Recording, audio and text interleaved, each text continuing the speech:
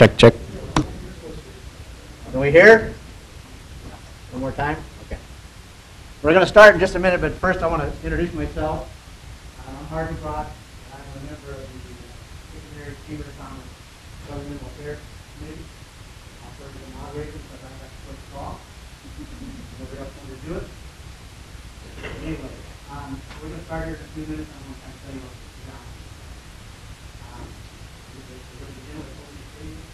I'm going to open the statement. They decide the way they're sitting now is because it was wrong that way. They have a voice. The person is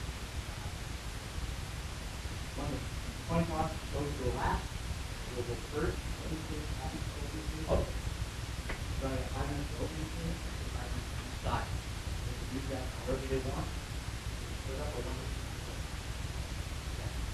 If they have a question, I'll have 2 minutes to answer the question. Decide. First is the answer. Ask the question first, and then decide. Second person, back and forth, order, there's the constitution. All the questions are submitted in advance. We have questions that when asked, we have assured you that they will go afterwards. That's off. This is answer the question that you have. This is Tom. Any questions before we start?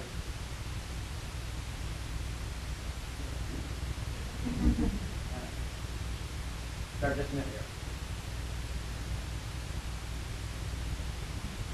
Oh, one more thing. Thank you. Yeah. The only page you're on the paper is never your cell phone. Okay, we put our live phones on vibrator, off, quiet. Let me look at this. Tonight's forum will be televised on cable channel 4.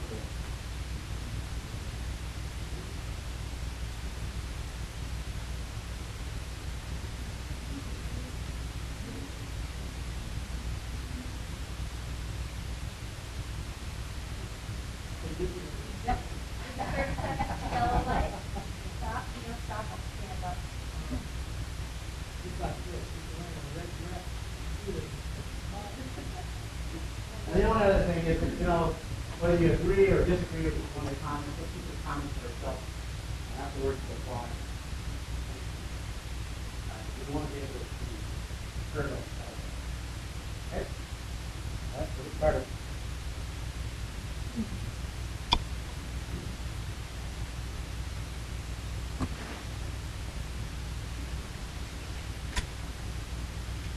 You ready?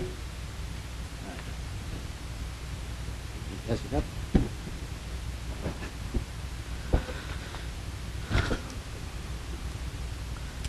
Welcome to the Dickinson Area Chamber of Commerce Measure 2 Forum. My name is Harvey Brock. I'm a member of the Chamber of Commerce Governmental Affairs Committee, who along with the Dickinson Press is sponsoring this forum, and because I drew the short straw, I will serve as your moderator tonight. Before we start, I want to thank the Chamber, the City of Dickinson, for allowing us to use this building and the ability to videotape this forum for those who couldn't make it tonight. We will begin with opening statements of no more than 5 minutes, and we will end with closing statements of no more than 3 minutes.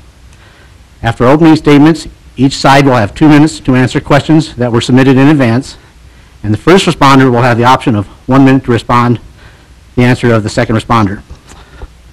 A drawing was held before the start of this event to determine who would have their choice of order for opening or closing statements. Laura Hahn will flash a yellow card that warns our speaker that they have 30 seconds to finish their statement, and a red card when their time is up and to finish their sentence. Questions will alternate between sides until we get through with the number of questions I have or we run out of time. So we'll begin with Measure 2, Empower the Taxpayer Forum. Good evening. Thanks for coming, everybody. My name is Charles Tuttle. I'm from Minot. The reason we're here is because 29,000 individuals signed a petition to abolish the property tax in North Dakota. And what Measure 2 says while it's doing that, abolishing the property tax, it says that Measure 2 that the government, well, the state government with other revenues will dollar for dollar pay for the same services the property tax pays for, dollar for dollar. So all that Measure 2 really does. Now, when people were coming together to think about Measure 2, they were actually looking at government spending in North Dakota. It was a whole group of people, Charlene Nelson from Castleton, a gentleman from Valley City, Bob Hale from Minot. There was a whole group of people from all over the state. And what happened was, in this meeting about state spending, somebody, Keith Caldwell from Valley City, kept bringing up property tax. And finally, Bob Hale had just gotten enough listening to him about it. He says, okay, we'll look at that. And when they really started to dig into it, and this is a 4 or 5 year process, they realized, in fact, Bob Hale came to a meeting and told everybody, there's nothing we can do about property tax except abolish it. And everybody will tell you that was in that meeting that day, they almost fell off their chairs. And the reason I say that is I think everyone that has listened to this, it's the first initial thing is like, wow, how can we do that? Is that extreme? Isn't there a better way? Well, they found out that the state had tried to fix property tax 135 times over a 20-year period. And there's a gentleman in Indiana named Bill Styrens. He's a PhD in economics. He was the Chamber of Commerce's tax consultant. He said that property tax is like a weed. You cut it, it grows back. It grows back worse. And when you look at what property tax has done in North Dakota, it's done exactly that. We had a Measure 2 in 2009 that our governor said, hey, if you vote this down, we'll give you property tax relief. So everybody voted it down. It was over income tax. And a lot of people have forgotten that. And guess what happened to property tax when they cut it in 2009? It's come back. Right now, our property tax in Stark County is on the average $250 to $300 a month. The average sale of a property in Stark County is $230,000. And guess what? Mr. Falling in his impact statement said our property tax will grow at a historical rate of 7.7%. That was right in his impact statement for Measure 2. If that's correct, in 8 years, folks, your property tax will have doubled. So we are asking folks in North Dakota to trust all of us to know that we can abolish the property tax. There's plenty of money in North Dakota.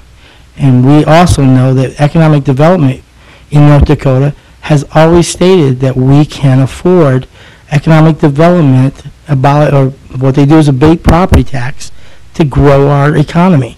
So why, if we can do it for a few, can't we do it for everyone? And that's all Measure 2 does. Gives everyone the same opportunities, abolishing their property tax. Home ownership. Home ownership, folks. You'll own your property. What are you going to do when you own your property and you have that extra money? You're going to spend it back in the economy. And our other side, our opposing side, believes that you're going to take that money and bury it in the backyard, never use it. So we're asking folks to look at this measure, read it. And I would ask everyone here, people that are opposing this measure, I ask them every day, have you read it? 99% of the time, they will tell me, I haven't read the full measure. Please read this measure. Don't believe anything we say if you haven't read this measure. Read the measure. Thank you. Bob. Thanks. Thank you to the Dickinson Area Chamber of Commerce, the Dickinson Press, and for you all for having us tonight. It's always fun to get out and talk about the issues of the day, and certainly one that has been on a lot of people's minds has been Measure 2. For those of you who don't know me, my name is Josh Askvig. I work as the Associate State Director for Advocacy for AARP of North Dakota and work with the Keep It Local North Dakota Coalition. And the Keep It Local North Dakota Coalition is a group of 80-plus organizations from across the state, ranging from the Chambers of Commerce to the North Dakota Education Association, from the North Dakota League of Cities to business and trade groups like the Home Builders and others. And so we've all done our homework on the measure, we think. And the one thing, and probably the only thing that Charles and I agree on tonight, is that people should read the measure. And I think when you read the measure, you're going to find three big concerns. The first one is the impact that it would have on local control and on the ability of, it's a firmly held belief in North Dakota, at least in my experience, that government that's local is the best government.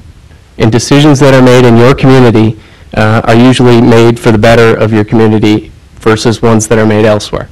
And so Measure 2 has some, what I would call trigger language in it that really gives you pause and makes you a little bit concerned about the impact it would have on local control. And I won't get into specifics now. If Bob wants to do that, he can do that in the opening statement. I'm sure we'll get into them as we go through. But that's number one. The second main point is that Measure 2 likely will be not a tax cut, but a tax shift. The likelihood that you can eliminate $812 million in revenue and not find another way to replace it to provide necessary services like police, fire, emergency services, or some of the services I deal with every single day like senior service programs, Meals on Wheels, congregate meals, transit services, without finding other sources of revenue, because oil will not be here forever. Some of you who've been in Dickinson for a long time have seen the ups and downs of the oil market. And so how do we make sure that we have things in place to ensure that the needs are being met? And then the last one is at least for my opening comments for now, and we have 90 minutes, I think Harvey said, so there'll be plenty of time for discussion, is the fact that one of the things that's a really big concern is the fact that $126 million right now of property tax is paid by out-of-state property tax owners. You eliminate property tax, and now that's $126 million that have to come out of North Dakotans' pockets to provide the very things that we talked about earlier. And so I think at the end of this discussion tonight, hopefully you'll understand why a large group of 80-plus organizations representing well over 200,000 people across North Dakota took a look at this and said, this isn't a good idea. So that's why we're here tonight. I'll let Bob add what he wants to. Thank you. My name is Bob Harms. I'm born and raised in Tioga and practice law and government relations in Bismarck. And the issue that we want to help you understand this evening is this. Is Measure 2 the right answer to solve property taxes in North Dakota? Is it the right solution to address property tax issues in our state? That's the question. I want to give you two quick things. I want to just talk with you about the structure. You have on your chairs a copy of the measure and the full text. I'm going to just tell you what that text does. It does three things. Number one, it eliminates property taxes as of January 1st, 2012. That's number one. And that property tax is going to be replaced by revenues from other state sources. That's the first thing that it does. The second thing it does is today in North Dakota, the state provides a certain amount of K-12 education. About 70% of K-12 education is provided by state funding. The second thing the measure does is it says the state will provide the other 30%. That's the second thing it does. The third thing it does is it says, now that we address K-12, we're going to talk about local government, and it says all other local government will be funded, and this is a clause that you want to pay close attention to. It will be funded through a formula devised by the Legislative Assembly to fully and properly fund the legal obligations, legally imposed obligations of local government. That's the structure in which this debate is going to take place. So with that, we're happy to begin answering questions, so thank you. Thank you. And the first question I have, and new good, will be to keep it local. Would Measure 2 raise or lower overall taxes for North Dakotans?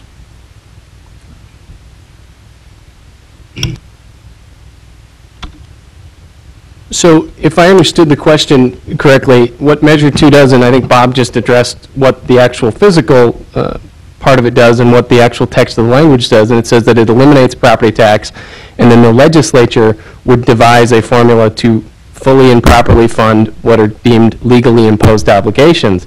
And so what happens there, and this is where the trigger words come in that I told you we'd tell you about later. What does fully and properly fund mean? There's no definition in the measure. If you read the measure, it's not defined. That's left to the legislature to define.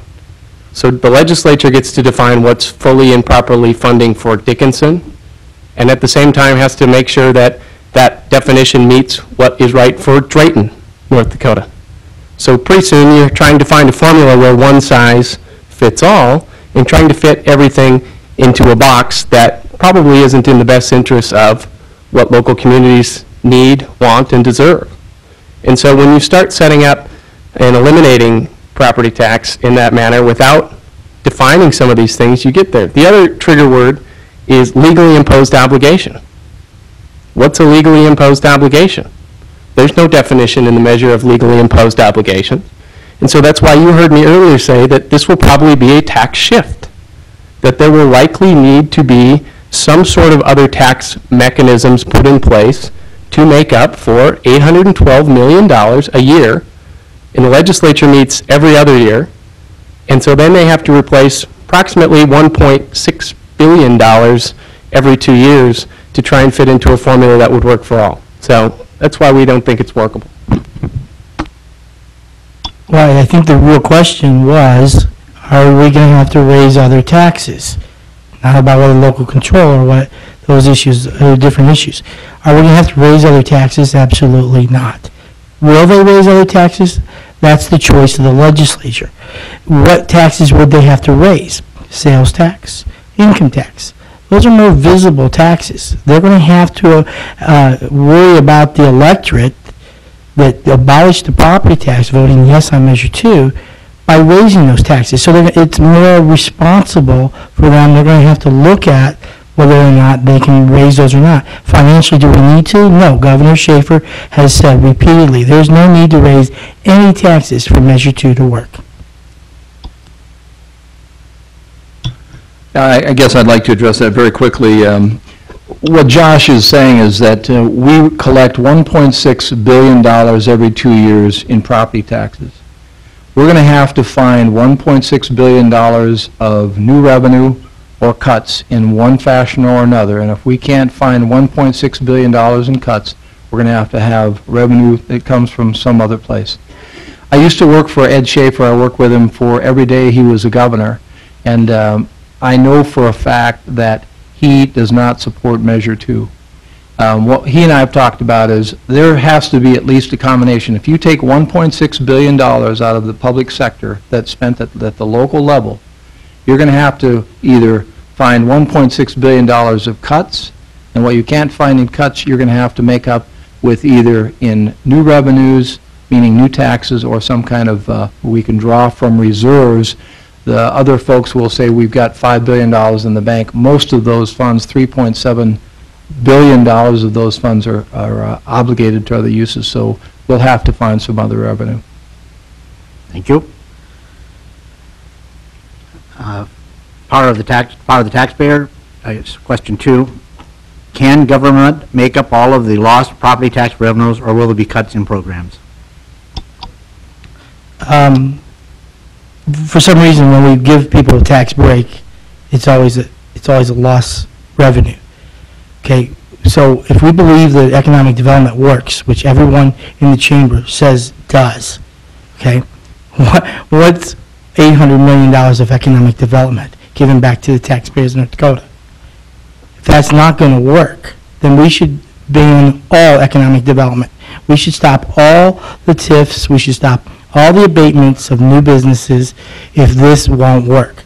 Everyone is walking around, the opposition, saying there's no benefit to this. There's no, the state chamber's numbers are that when you give $1 back to citizens or business, it's spent 7 times. Just multiply that out at 5%.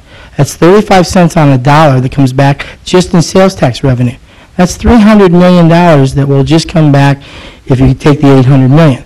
We also are disputing the amount that they keep raising of how much property tax. We collected $611 million in property taxes last year. Now all of a sudden it's $800 million. It's $1.6 billion.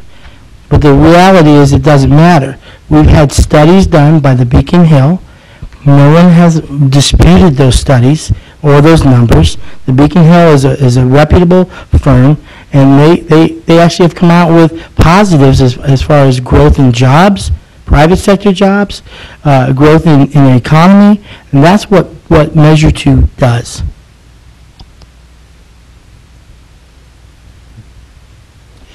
Well, I guess it goes back to what we were talking about a little earlier, what I was mentioning to you. So we collect $1.6 billion in property taxes, and the question is, can we find new revenue, or will we have to cut programs? So think about that. If we have $1.6 billion in property taxes that's going to local government, we can't cut $1.6 billion out of local government. I think any rational person would say that's not going to happen. So let's say we can cut half of that. That's $800 million. We still have to find, we will empower the taxpayers the idea that we'll have some economic bounce if we have public funds left in, or those funds left in the private sector. But you're still going to have to find some additional revenue to make up whatever that $1.6 billion you can't accommodate through reduced spending or some kind of economic bounce. There's no way to just make up that 1.6 out of whole cloth. Rebut? Folks, in 1981, Ronald Reagan took office. We had half $500 billion in revenue and 70% tax rates.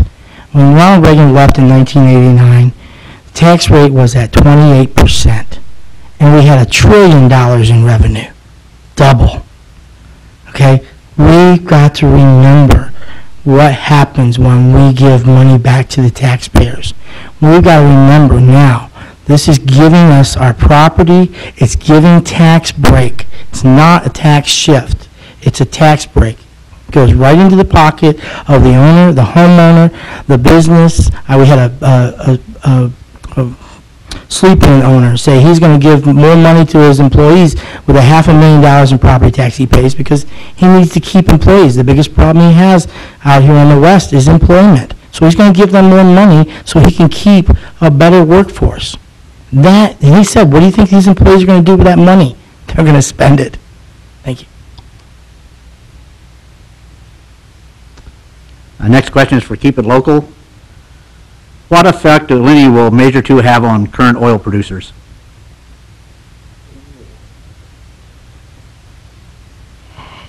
Well, that's a good question. I think that's part of the uncertainty that we're concerned about with Measure 2. Off the top of my head, I would say their biggest concern would probably be impacts to infrastructure. And one of the key issues for oil producers in the oil industry is infrastructure in the West. And without having certainty for funding for township roads, county roads, in the area of the oil industry, that would be a key issue of concern. If I was running the Harms Oil Company, it doesn't exist, by the way. But that would be a concern, I think, a key concern. And then also fire protection, emergency services. There's lots of issues in the field with that kind of response capability, and if they don't have some certainty by which that service is available, I think that would be another key concern that they would have. Our taxpayer? Yes. Okay, what are you going to replace it with? Okay, there's already the legislature has already earmarked $400 million for property tax relief. It's already there, waiting to be used. The other thing is that when you talk about the oil extraction tax, when you're generating more revenue, we're going to be able to lower that extraction tax. This is an economic engine. We just had Mr. Fong at a hardware store bragging about how great the economic engine that they've created with the sales tax revenues. Sales tax revenues, folks, are up $1 billion.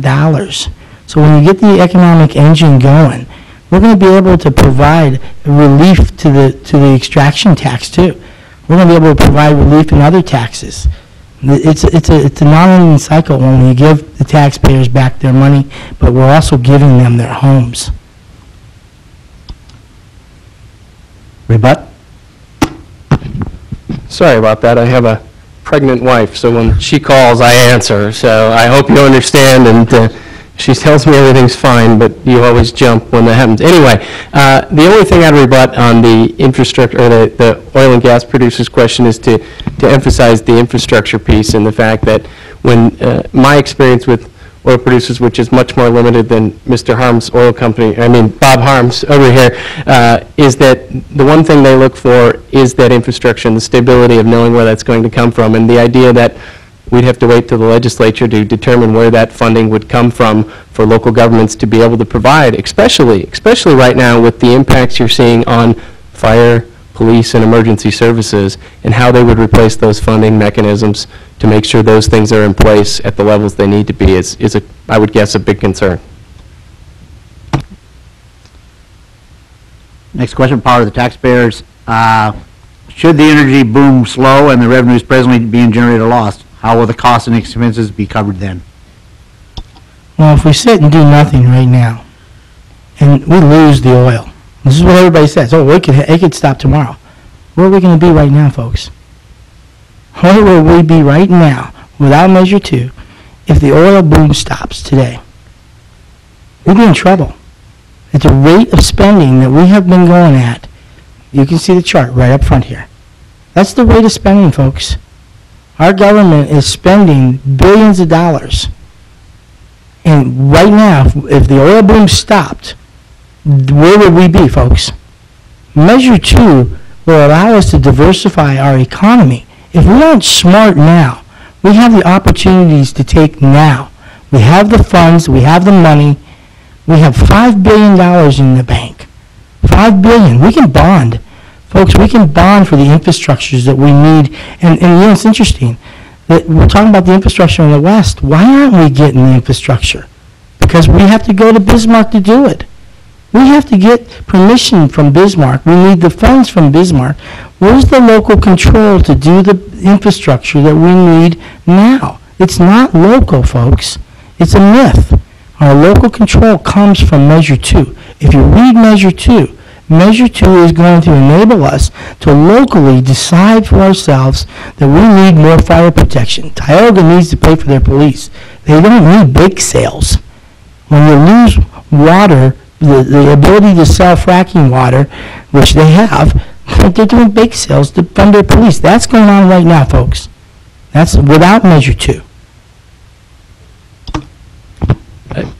So this idea that if you give up your funding source, you get control is one that's baffled me in this whole discussion. And that one of the things that I can tell you, having talked to and experiencing those who work in local office, the idea of I have to go ask someone for my money, yet I have control, doesn't make sense. And so I guess if the premise is that much like we want to ask cities to have the state as a parent and go to them and ask for an allowance and hope that we get the allowance we want, but maybe get less than we even need, that might be a good idea. In our opinion, the idea of saying that local decisions can't be made by locally elected individuals doesn't make sense. And that this measure strips that, as you heard the proponent says, and gives it to the state legislature, who you also just heard them say is already spending too much money. So what does happen if the oil boom goes away, and on top of that you eliminate $812 million in local funding? You bet. Well, that's not what I said. What I said is right now, we don't have local control. Right now, we don't have local control. If you read the measure, we don't have to beg for the state. The measure empowers us. That's what a constitutional measure does. When the schools in 2009 filed a lawsuit, they used a constitutional measure that allows for every child in North Dakota a free public education. That was a constitutional measure. And in the small schools, it was inequities. The issue was inequities. So we should look at that example and understand what a Measure 2 will do. Well, Measure 2 will give everyone, the smallest, you can do the Horton Who's a Who, everyone's a someone, no matter how small. It'll give us all the same right to have the funding, proper funding that's needed for whatever we need for government. Or for our local government. Next question, if we keep it local, will local government have the ability to make budget decisions, or will the state legislature be responsible for those decisions? Well, the short answer is, as the proponents have said, the state legislature would be responsible. Take park districts, for example. almost 100% of their budget is property tax dollars. So the parks we come to enjoy to spend time with our families and our kids and socialize with our fellow community members, they get funded if the legislature gives them that funding. And this idea that they don't have local control, if the park board made a decision to lower their mill levy, they can do that now. They do it in many instances now. If they decided to vote to raise their mill levy, they can do that as well. So the idea of the local control being gone doesn't make sense, and the fact is that this measure gives the budgeting authority almost exclusively, with very few limitations, to the state legislature.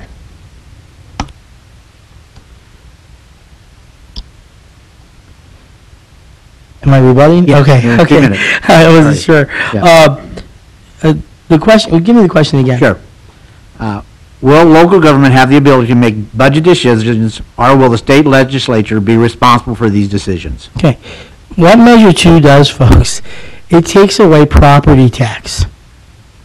It replaces property tax, dollar for dollar, with funds from the general fund. That's all it does. The local government sets their budgets. They have to be fully and properly funded. Where does that mean you lose control? And not only that, if you read the measure, it replaces revenues from the proceeds of state sales tax, individual tax, whatever. And then it goes, if you look at this sheet here, it tells you that all of those monies that are allocated to the local government has sole discretion as to how to spend it. What's local control? How to spend your money. If you can spend it in a way that's necessary, that John next door can come and talk to you, and you, hey, I want to spend this way, and you can lobby on a local level and get it spent that way, that's local control. Right now, everybody says, oh, I can't do that. I can't lower the mill. If I lower the mill, I get penalized by the state. Rebut? 51 out of 53 counties levy property tax dollars for senior services, senior service programs. 51 out of 53 counties levy property tax for senior service programs. Those programs provide things like Meals on Wheels, congregate meals, places for people to socialize and have activities. Is that a legally imposed obligation? I would tell you it's not defined in this measure, if it is or it isn't. And if you look in the Century Code, is there a place in the Century Code that defines it as a legally imposed obligation? The short answer is no. And so to say that it fully funds all, properly and fully funds all legally imposed obligations, what does that mean? So where does that lead us to, and how does that work? And so you start opening this box of what does that mean? What is the funding? And by the way, the measure says funded before January 1, 2012. What if the costs for providing those local services increase?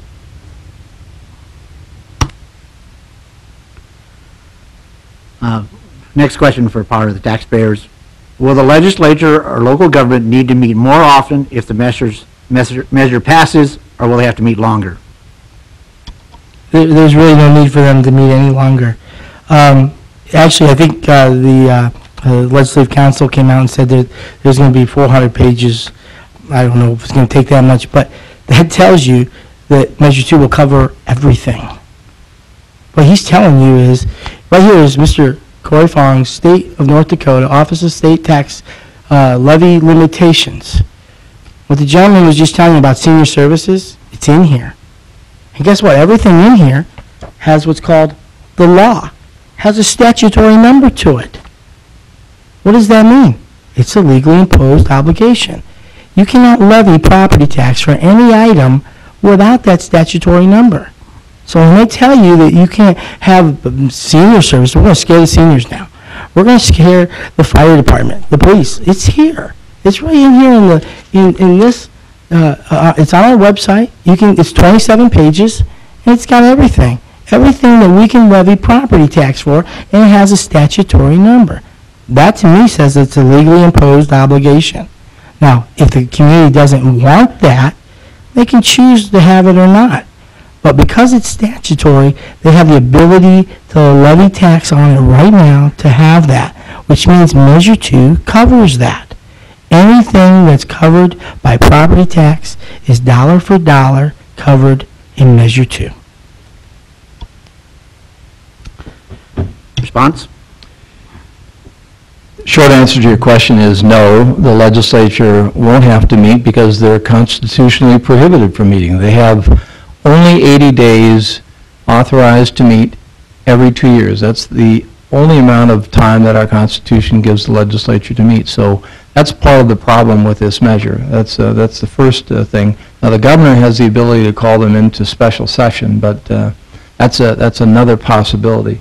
The thing that I think we need to understand, this idea that Measure 2 just magically replaces all property tax with state funding, is simply incorrect. Read the measure. Here's how the measure is structured. The first year, local government will be funded based upon last year's budget. The first line in the first paragraph in the structure basically says that. After that, the legislature is required, and this is the problem that the legislature is going to have to deal with.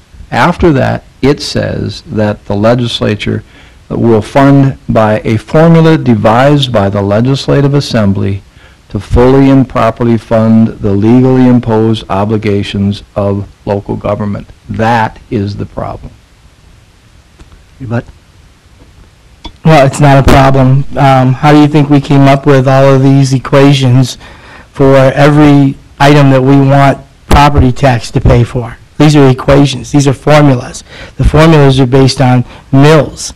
It's the most complicated product you can have. When you eliminate this, throw this out, and you've got budgets. Now you're dealing with budgets. We're not dealing with tax assessors and homes and evaluations and the fights over what the value of the property is. If you go on the Dakota Beacon, you'll see a gentleman by the name of Lynn Berkman actually has a structure here for implementation of Measure 2. It's very, very good. I would suggest everybody go to the Dakota Beacon and look it up. And it's in detail on what we can do to implement Measure 2. And again, everybody's out there, Mr. Schaefer said, it can be done. Even John Wilson, the attorney for the legislature, said Measure 2 can be done. thank you. This is for Keep It Local. Next question. What effect will Measure 2 have on existing businesses?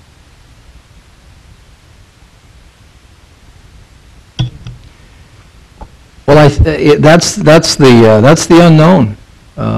That really is the problem with Measure 2. It creates so much uncertainty.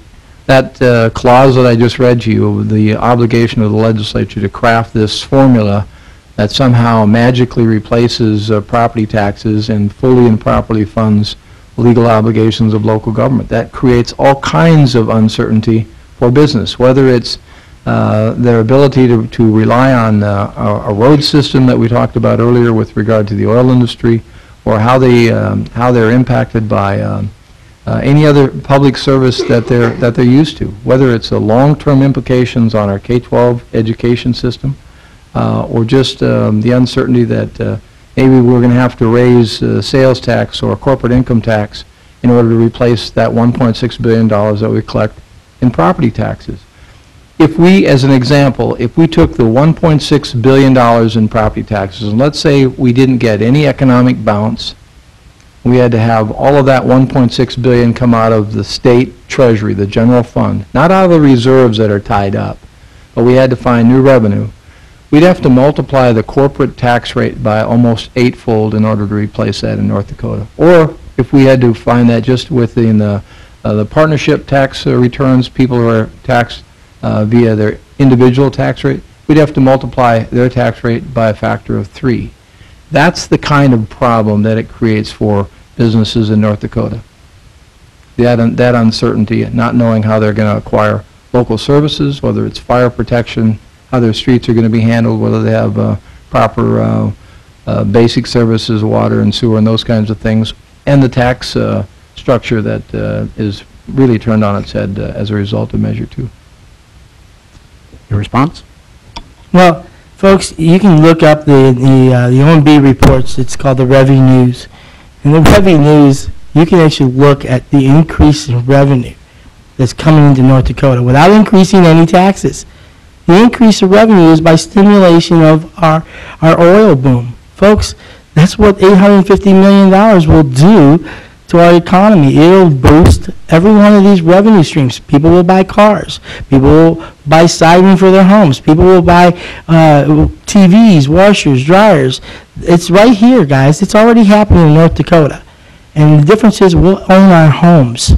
We'll own our homes and we'll be able to improve them without having to worry about the tax assessor raising our tax rate for improving our property.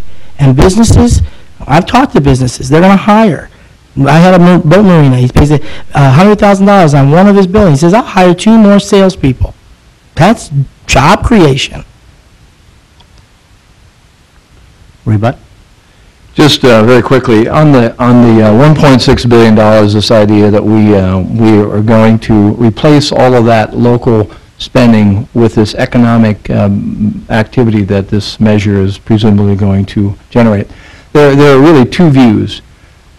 Empower the Taxpayer says we can wipe off $1.6 billion of local spending and it will all be replaced by this magical economic bounce that we're going to get as a result of eliminating property taxes. We don't think that's very realistic. We think that there's going to have to be a combination of at least some cuts. Let's say we leave all of the $1.6 billion at property taxes. Let's just say we don't cut anything at the local level. We leave that spending the way it is. So that means we got to have $1.6 billion out of the state treasury.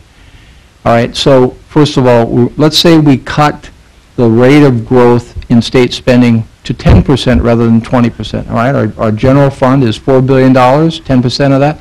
Well, we have $400 million. The $400 million that Charles likes to talk about is already in there. We got $800 million. Finish your We're statement. far from meeting that $1.6 billion gap that this thing will create. Rebut? Well, the $400 million is for one year, not the biennium. When they're referring to $1.6 billion, they're referring to the biennium, folks. So it's $800 million. So when you take the $400 million and you subtract it from the $800 million, you got $400 million left. And just simple math. If you got $300 million new sales tax revenues, because everybody spends that dollar 7 times, you're at $700 million. And let's say it's 10 to 20 or 30 million to administer the tax that we no longer have to do. That's 30 million. So we're at 730 million before we've even started. So either we talk about the biennium or we talk about the fiscal year. Next question for Keep It Local. What effect will it have on attracting new business, Measure 2, if it passes?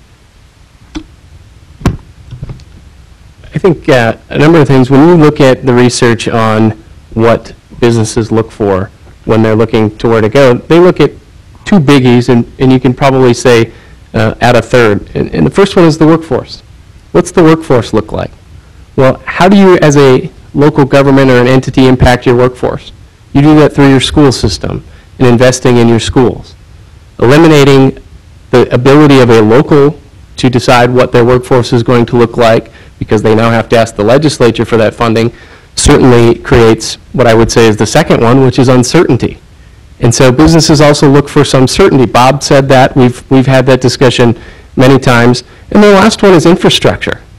When businesses look at where they're going to locate, they look at what's the infrastructure look like? Am I going to be able to fly in and out? Am I going to be able to get my merchandise, whatever it be, to and from the roads? Do they have the water system to support my bakery operation or something of that nature? And so when you look at businesses coming in, that's what they look at. They look at workforce, they look at certainty, and they look at infrastructure. And I think that's where this measure creates certainly a lot of uncertainty, and I would argue a huge impact on schools and on infrastructure. Your response? Well, first of all, I think what they're doing is criticizing our infrastructure, our workforce, and what we have right now.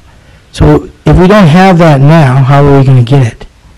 Okay, if that's not here, and I'm not sure if that's what I heard from him, but he's saying that we don't have that, so we can't bring business here. Well, if you look at South Carolina has one of the lowest corporate property tax rates in the country. They're putting in business there. BMW, I believe there's a lot of manufacturing plants. Well, how do they do that? By attracting a stable. Look, if you're giving a corporate free property tax for the rest of their lives, how is that not a stable place to go? If you know you're going to own the land that you build your business on. Well, let's correct the record. First of all, I didn't say that we don't have good schools and that we don't have good infrastructure, although there are certainly needs for improvement in this neck of the woods. You all know that better than I do on the infrastructure front. My point was you eliminate property tax that goes to offset and help fund those things. What happens to the schools and to the infrastructure and those types of things? They go downhill, and they go downhill fast. Look at what happens when a school closes in a town. What happens when a school closes in a town? You all know this. You've seen it out here. Now, some of them are coming back, thankfully, to some great economic development through their oil activity. But let's not confuse opinion with facts, okay? And that the opinion was given that I didn't think schools were good and I didn't think infrastructure was good. The fact is, they go downhill if you lose a steady stream and a confident stream of funding for them. Next question for power of the taxpayers. What happens to school districts that already have GO bonds currently in place? Are they allowed to continue to pay off future obligations for GO bonds, or does Article 10, Section 16 of the North Dakota Constitution requires an irrepealable tax levy until the bonds are paid, override Measure 2? Anything that's a legal obligation is covered under Measure 2. Is that a legal obligation? Of course. So it's paid for by Measure 2. There was a question with the Finance Authority came out with a statement that said that we couldn't do general obligation bonds as of January 1.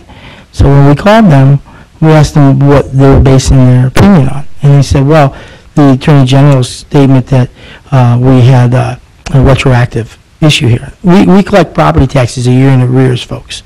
So the issue of January 1 doesn't change any of that. Anyways, when we asked them had they read the measure, okay, they had told us they had not read the measure. They actually made a recommendation to the Industrial Commission, the Governor, the Attorney General, on the basis of just the statement that the measure would be retroactive and hadn't read the measure. The measure says that it would cover any legally imposed obligations. So if that general obligation bond is a legally imposed obligation, Measure 2 pays that bond. Response? Well, I'd agree with the first part of the answer that the existing general obligation bond of the school district would be fulfilled under Measure 2. So, but that revenue would come from the state of North Dakota. So let's say the Dickinson School District has a $2 million general obligation bond in place today. That revenue, instead of coming from the city of Dickinson or the Dickinson Public School District, would have to come from the public treasury of the state of North Dakota. But the problem is in the future. That's not going to occur in the future, because under the current structure, that would be, I think, in everybody's view, a legal obligation of local government. But there's no obligation for the legislature to agree to a general obligation bond in the future. So if Dickinson Public School wanted to do a $10 million bond issue in 2013 or 15 or 20, there's no obligation that the legislature is going to have to pay for that bond issue, and thus that is part of the problem with Measure 2. Rebut? Well, actually, what it does, it changes the whole thing. We don't need the bond after that. We don't need the bond because that's what Measure 2 will take care of. If those are obligations that the school needs, right now Minot needs 2 schools because of flooding. Measure 2 will pay for those 2 schools. Why? 2 things. We have a constitutional measure that requires the state to fully and properly fund all K through 12. Okay, and then Measure 2 on top of that will make them have to pay for that. Same with Williston needing schools. When you take Grand Forks, they have only 67% capacity filling their schools. They've dropped from 9,800 students to 6,700. They don't need the same needs that are needed in Williston. So it's going to be based on what is needed, and that's what Measure 2 says, based on full and proper funding, as needed. Next question for Keep It Local. How will Measure 2 affect out-of-state land ownership?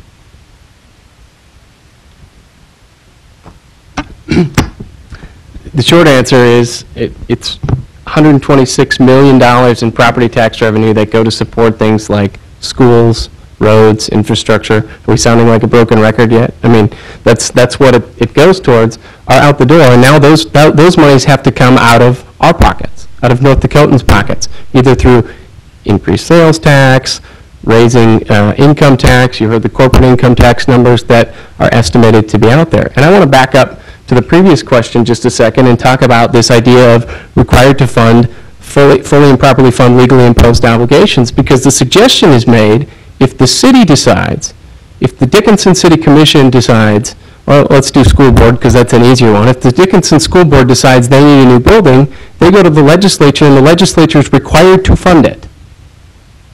That's not true. In fact, Chairman Drovdahl, who chaired the Property Tax Review Committee, said at the last Property Tax Review Committee meeting, the question was asked, who would make the decision on whether we fund school buildings or not? The legislature would decide that.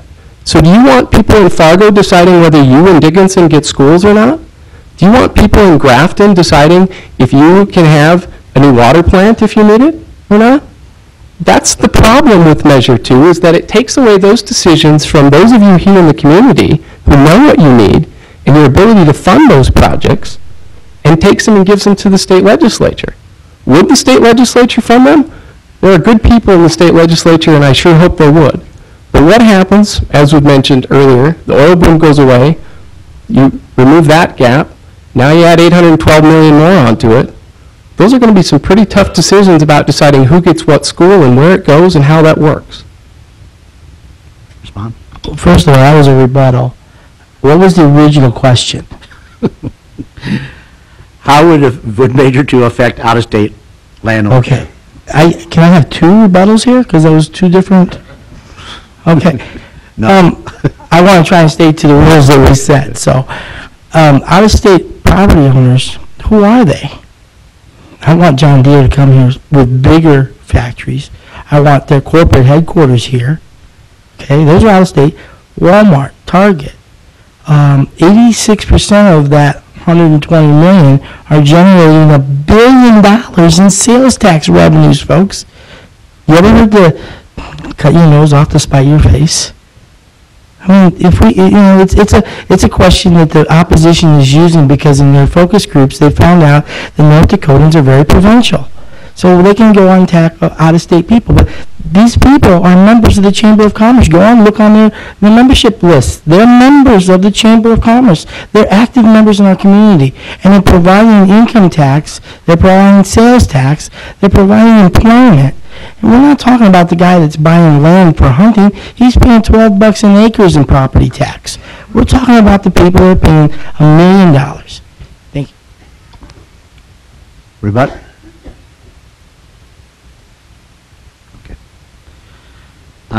This is for part of the taxpayers. Would Measure 2 result in government layoffs? No. And the reason is government doesn't have the stomach to. It's government's decision if it wants to lay people off. We do have 1 in 19 people work for the state in North Dakota. The national average is 1 in 29. So we have a really high per capita state employment. But will they do that? Probably not. They're going to have to decide that. Okay, can they? Yes. Now, we're not talking about 12,000. When you talk about the Beacon Hill report that everybody's talking about, the Beacon Hill report only illustrates how much property tax pays for. It pays for 12,000 state employees. We actually have 20-some thousand state employees, folks, because they always forget to count the higher education people. Higher education people work for the state of North Dakota, folks. They're state employees. They have the cushion. They have the health plans. They have good. You know what? I want to pay our local teachers more. Really, we need to pay local teachers more than we're paying our higher education people. That's my opinion. That's not part of the taxpayer. Sorry, but yeah, I mean, will they need to? Do they have to? No. It is when you lay a government worker off and you hire a private sector worker, it's a win-win for the taxpayer. I think that's something that Ladd Erickson and the two attorneys that keep using this, they had an article, and they were saying, oh, we're going to lay off all these people. But they forgot that that's paid for with tax dollars. So when you lay off a taxpayer, a tax dollar person, and you create a private sector person, that's a win-win, folks. And the private sector out here is probably getting paid more, so, you know.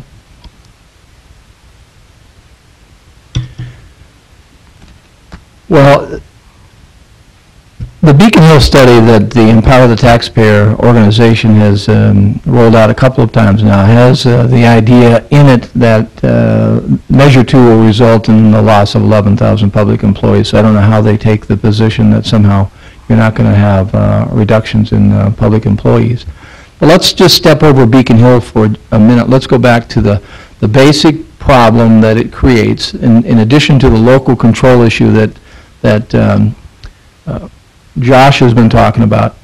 Here's the other problem. $1.6 billion is going into local government through property taxes. That's going to get swept away. That gets eliminated. You have to replace that $1.6 billion somehow, or else you're going to reduce public employees at the local level and programming. Yeah, we'll get some bounce, but you're going to have some kind of either new revenue or reduction. My guess is you're going to have some cuts to try and make up that difference. Rebut. Well, you know, I think right now with the governor saying he's going to, you know, when government says they cut usually the growth. They don't actually cut. They cut the growth. So, yes, we need to cut the growth in North Dakota. Yes, we definitely. Look at the chart, folks. Look at the chart. Where's it? You're talking about our income with our growth. Our income is not sustaining our growth. Not at all. When you talk about human services, our welfare, our growth in our population hasn't gone as high as, we've gone from $1 billion to $2.6 billion in human services. That's just way out there. And you and I are all paying for that. Next question for Keep It Local. What is the worst or the very best thing that would happen if Measure 2 was to pass? You want to take the first minute? I'll cover the worst and let Bob talk about the best. How about that? Well, I'll talk from the senior services perspective.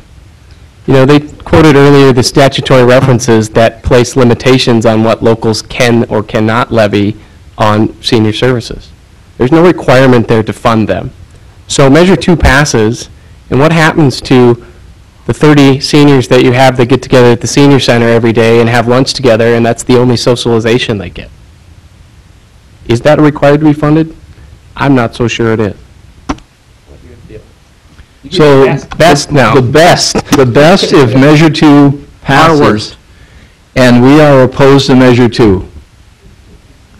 Now, the question was the best or the worst? The best or the worst? Yes. Okay, well, I'll try the best on for a minute anyway. Okay. Here would be the best thing that would happen as a result of Measure 2 passing, even though I'm opposed to it. It would send an enormous signal to the legislature and the state officials that the people of North Dakota want something done about property taxes. That'd be the best thing that would occur. And frankly, I'd agree with the sentiment that something needs to be done with regard to property taxes. We just think this is the wrong answer. Response. You know, the best thing, folks, is that home ownership. You know, I can sit here and tell you all the numbers and all the money. I can tell you all that. You know, we have AARP up here. AARP statistics nationwide, 660,000 seniors, age 78, reverse mortgage their homes. 29% of those are for property tax. 40 to 50% of those are single women, widowed women. Home ownership is really what this is all about. And we can afford to do it. And we should care about 110,000 seniors in North Dakota. Rebut. Yeah, I'm glad you gave me the chance to rebut on this one, because the they talk about this idea that seniors are being driven out of their homes due to property tax, and so it's always good again to talk about facts in North Dakota. North Dakota Association of Counties did a study, surveyed all of their counties to see how property tax foreclosures were affecting people. 645 property tax foreclosures in 2010. Of those, 8 were occupied. The rest were undeveloped or vacant. How many of them were elderly? 0. 0. So now you impact their ability to get other services, as I've mentioned time and time again, and probably impact their transit, their ability to get around. You probably impact the services they receive for food benefits and others because state money has to be shifted places. So now what does that look like? So he cites a national figure, which was occurring during the housing crunch.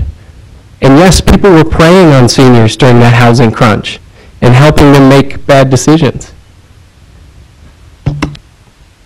We're going to shift it up just a little bit, and we're going to go to power of the taxpayer. We're going to give you the opportunity to ask your opponents a question, and we're going to give them 2 minutes to answer your question. So what question would you ask them if you had the chance? Well, I wasn't prepared for this one. That was the plan. Good thing you won the coin flip, Charles. I guess my biggest question is, why when you're able to give out the economic benefits to what we're asking for everyone, why when you give that out to people that you choose, is it okay and does it stimulate, and you have to put together a business plan showing that it does certain things economically? If that's the case, why do you ignore that? I have never heard you guys say one positive economic thing about Measure 2. Why is that? Well, we agree with the idea that if you leave some of that revenue in the private sector, you get an economic balance. We agree with that idea. The problem that we have with it is the structure that you've chosen, or that Measure 2 foists upon the people of North Dakota. The structure, we think, is wrong because, number one, it's emblazoned in the Constitution. There are a host of ambiguities within the language that lawyers are looking at and disagreeing with, and we're locking that into the Constitution. That mechanism, that structure, really prevents us from using other tools that would be available to us in a different arena, the legislative arena, and this is a great opportunity to talk about some of those solutions. But the short version, do we agree with the idea that providing tax relief to the people of North Dakota and to the business of North Dakota is a good idea? Absolutely. We agree with that premise. It's the structure and the mechanism that the Measure 2 provides that we disagree with. I'll give you a minute to respond. That wasn't the question. The question is, why haven't you made, why is there no positive in Measure 2? I've heard your ads. You have new ads out right now, and you're scaring everybody. Police, fire. I mean, they're pretty shameless ads. That we're going to do away with all these services. And they got lots of money, guys. We're on our own dime. Why can't you come up with one positive from Measure 2? Turnabout being fair play, you have a question to ask your opponents.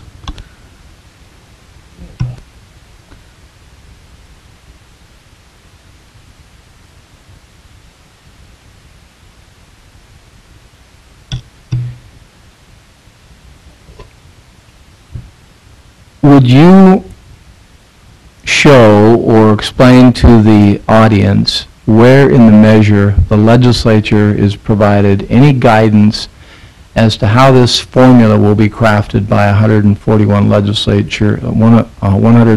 legislators to fully and properly fund the legal obligations of local government? Show us where in the measure, or describe how that formula will be crafted. Okay, folks, it's a constitutional measure. In constitutional measures, we have a constitution. It is a groundwork for what we're supposed to be doing with government. Government works within that groundwork of the constitutional measure. And they have the power to legislate law with the guidelines of the constitutional measure. Constitutional measures aren't meant to be specific because then it's etched in stone. So what a constitutional measure, what this does, it enables the legislature, it eliminates property tax, that's the specific, and it replaces that property tax, dollar for dollar. So the easiest way to explain it is that all the legislature has to do is go to the milling, the mills, the structures that they already have, and they can go ahead and determine the needs of what, the local government determines what they need, and then they have to determine how to implement to disperse these funds. That's what Measure 2 does. The formula isn't about how much money the legislature is going to give us. The formula is how they're going to give it to us. That's one thing that the finance gal, Tina, asked me. Well, if we're going to have to pay these bonds off, what account is it going to come out of? Well, that's the formula. What account is it going to come out of? Where is the money going to come from? There's 13 accounts in the school land grants. There's $3 billion there. There's all kinds of different ways that they're going to be able to fund these things. The constitutional measure says they have to fund them. That's what it says. The formula is how they're going to get there. And that's what legislators are paid to, that's what they're elected to do, folks. Okay? And if they don't want to do that, we can make sure we get some different ones. But most of these legislators, they came down with the school, and they did it in 09 with the school issue. Rebut? Well, I think the answer is evident that there is no criteria in the measure as to how that formula is going to be crafted. And so what the legislators are going to be left with is somehow to figure out previously levied property taxes. Some counties may have been very frugal with their levies. Others may have been more generous. Some counties may have enjoyed a nice winter, so they spent less money in 2011 and 2012, so their budgets, the amount of money they used was less. Growth in Tioga, maybe Tioga needs 6 police officers, whereas a small community down in the southeast only needs 2.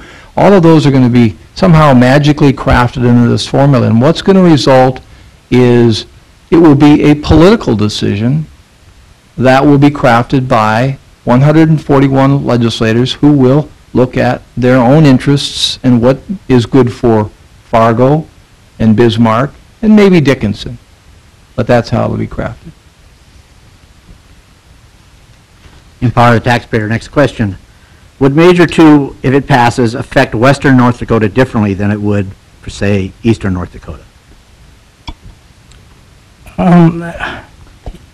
You know, what Measure 2 does is it's constitutional, it's equitable. So what the needs of that western portion are have to be funded. That's what the whole school issue was, equitability. Why did they do that? Because it was constitutional. So the question isn't how much money each region's going to get. It's what's equitable for that region's needs. I mean, you know, it's funny.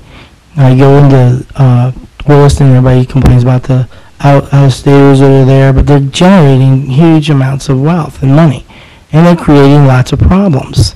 Those problems have to be funded, and that's what fully and properly means. It's really simple. You need roads. You need a bypass. You need this because there's growth. And if you know, according to our opposition, if this passes, the legislature is going to punish us. And we're not the children, folks. They always use this analogy about allowance, and we're not the children, folks. We're the parents. Okay, we are the ones that are in charge here. We are electing these people to do what they're supposed to do, and that's to properly fund what government services fund, and that's roads, highways, infrastructure, and if the West needs that, you know, I sat with a senator, I'm not going to say his name, and he said, oh yeah, Williston, they're always complaining they don't have enough money. I'm thinking, geez, I know what kind of money they're bringing into the revenue here. You're kidding yourself. And what Measure 2 does is it stops people like that, you know, in infringing on their views on the needs of the community. And Measure 2 will give us equity, and that's what constitutional measures do. Respond? What Measure 2 does is now pits east against west even more than it might be already. Here's why. Right now, if Dickinson wants to decide to build a school, or Williston, they can pass a bond issue, they can pass a levy to do so, and make that decision here. As the proponents have said repeatedly, and as has been pointed out in the measure, that decision now gets forwarded to the state if Measure 2 passes. So they say, well, we're not the children here, folks. He's right. Right now, you're not the children because you can make those decisions locally. But if you pass Measure 2, now you have to ask someone else for that funding to get that done. Respond? Well, I mean, we don't get to make those decisions, otherwise we wouldn't be having that discussion. Okay, what is the discussion? The discussion is equitable funding for the infrastructure of the West because of the growth. Folks, everywhere I go, whether it's Carrington, whether it's Tioga, there's lots of problems. Then most of the local communities are underfunded. Last year, we gave 17,000 out-of-state students $200 million to come to school here. Now, I don't have a problem with that unless we're not being funded locally. Let's fund local government first. Let's fund everything that's needed on the local level before we're going to give money away to people whose parents never paid a dime of taxes here. That's what equitable is. Next question for Empower the Taxpayers. Will Measure 2, if it were to pass, have any effect on federal funding? What federal funding are we talking about? Highways, anything? No. Just any matches, any matches? No. In fact, there's a formula already as far as what property tax does, and I think in a lot of ways property tax. I'm learning, guys. I don't know everything, so I don't want you to think I know everything because I've been reading and studying, and I know that local government it pays for about 10% of the roads, property tax. A gentleman stood up in a meeting last night and says, "We get $30 million for this and $4 million for that." And I said, "Well, how much of that was paid for through property tax?" "Oh, about $200,000. Well, the $200,000 is what Measure 2 will pay for. Now, as far as federally, if that money's available, it's not going to change anything. Response? Well, to answer the first part of your question, it depends on if the federal money's available, and so there'll be that piece of it there. But let me answer this way in one direct response to the question about could it and will it impact federal funding. So I talked about 51 of 53 counties levy property tax for their senior service programs. Of that usually brings in between 20 and 35% of the budget for that senior center. The rest of that money, or much of the rest of that money, comes in the form of federal grants that must be matched by local dollars. So the short answer is it very well could, because as I've said time and time again, there's no certainty that a senior service will be a legally imposed obligation in Measure 2. Respond? Folks, there's a legal, he can tell you right now that if it's levied by property tax, there's a statutory number to it. Now, whether you choose to have that senior center and choose to have that, you can decide not to. But right now, for some reason, he hasn't shown us where in Measure 2 it eliminates that. It doesn't. It exchanges dollar for dollar.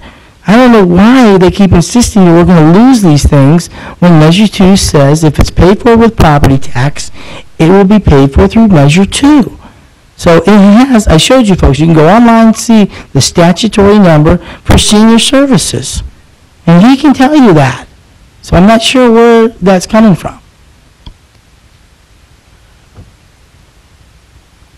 Well, the good news is I got through all of my questions that everybody submitted. So, and we have a little extra time, so what I think we will do is we'll extend the closing statements to 5 minutes.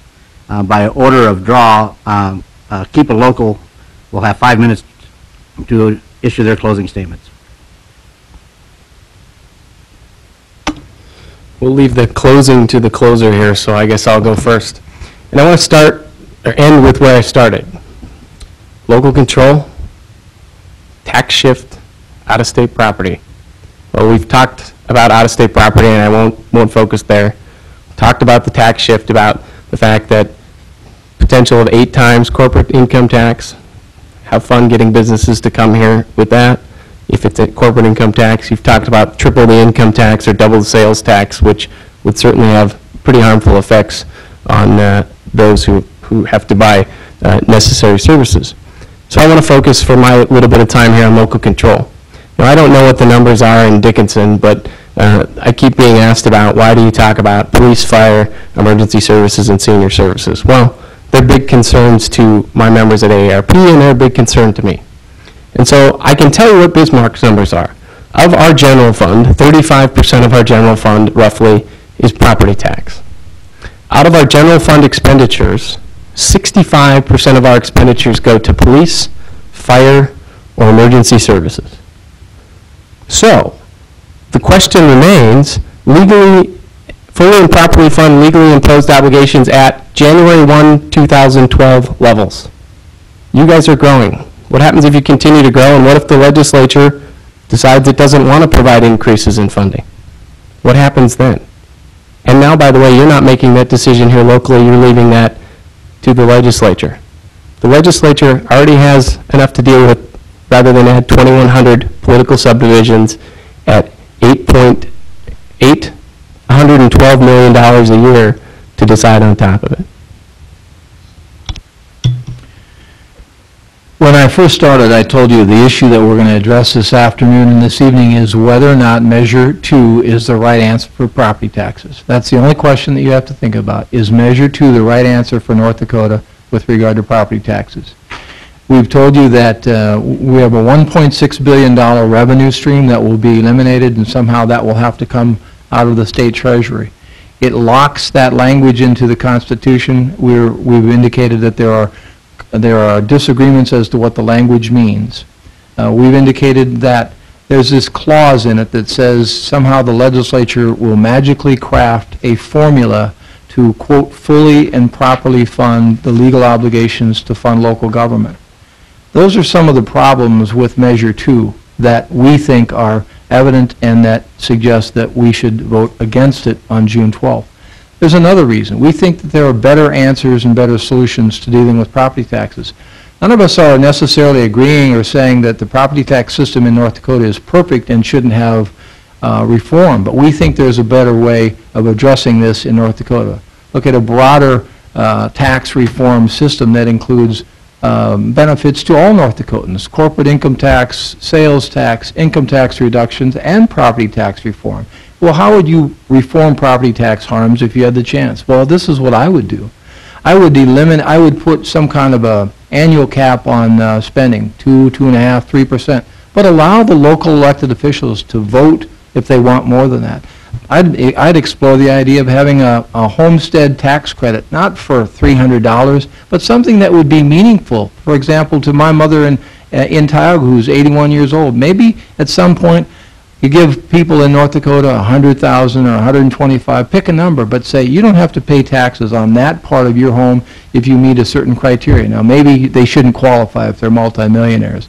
Those would be some of the things we could do. We should also maybe take a look at some of the other things that, reviewing some of the exemptions and abatements that people complain about, where we're picking winners and losers.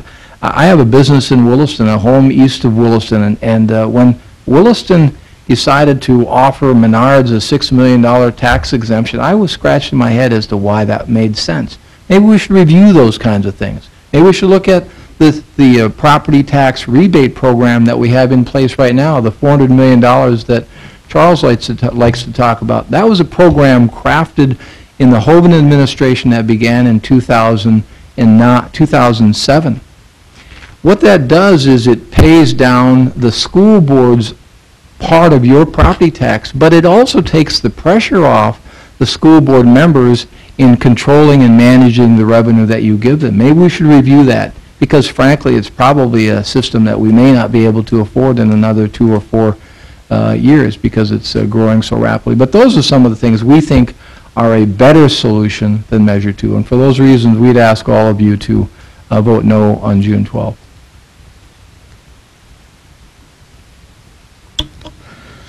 I've been involved quite extensively in this campaign.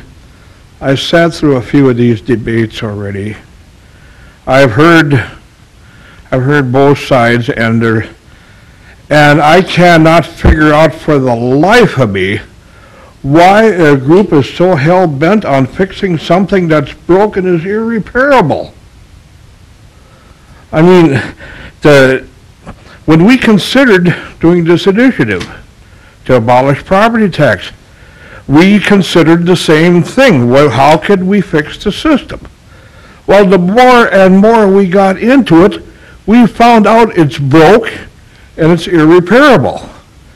And the only thing to do, we just come to the conclusion, was to get rid of it entirely. It's sort of like cancer. Well, I'll just use cancer as an example. Okay, we have cancer now. It certainly isn't going to do any good to treat the symptom. It'll probably help temporarily somewhat, but then it keeps coming back. You have to eliminate the source of the problem.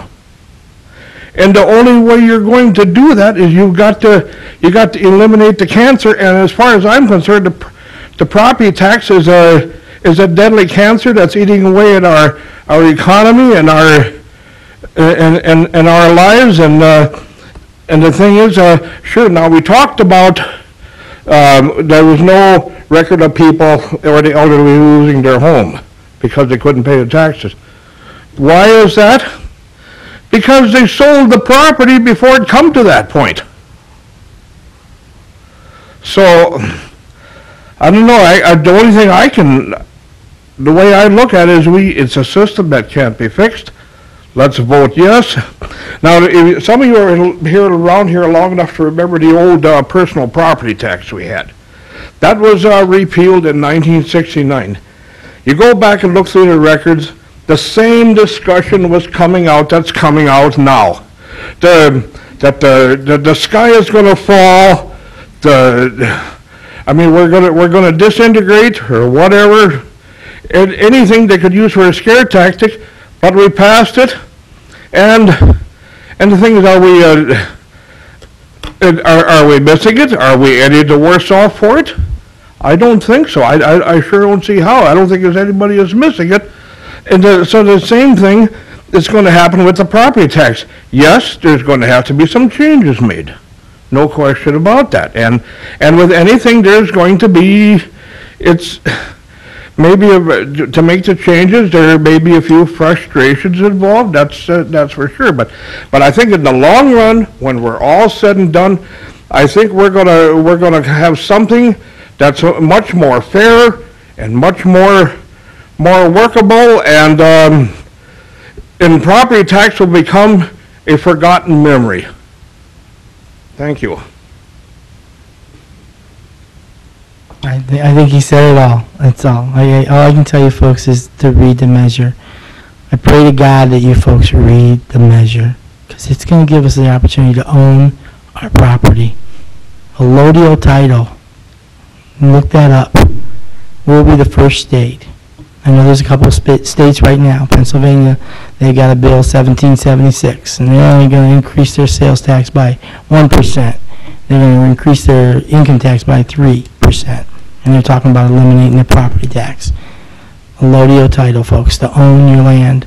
And all this other stuff we can talk about, control and all this other stuff. Allodial title, owning your land. North Dakota can be the leader. We can show the nation. We're going to be a financial center, folks. We have more to come, and the bright future is incredible. But it's going to take the local government, guys. It's going to take the locals to make these decisions, to be able to budget, to be able to be smart, to be able, and we trust the local government more than anything. Thank you. Thank you. Well, I want to thank our panelists. A couple of them, or at least three of them, probably drove a long way. I think we could give them a round of applause.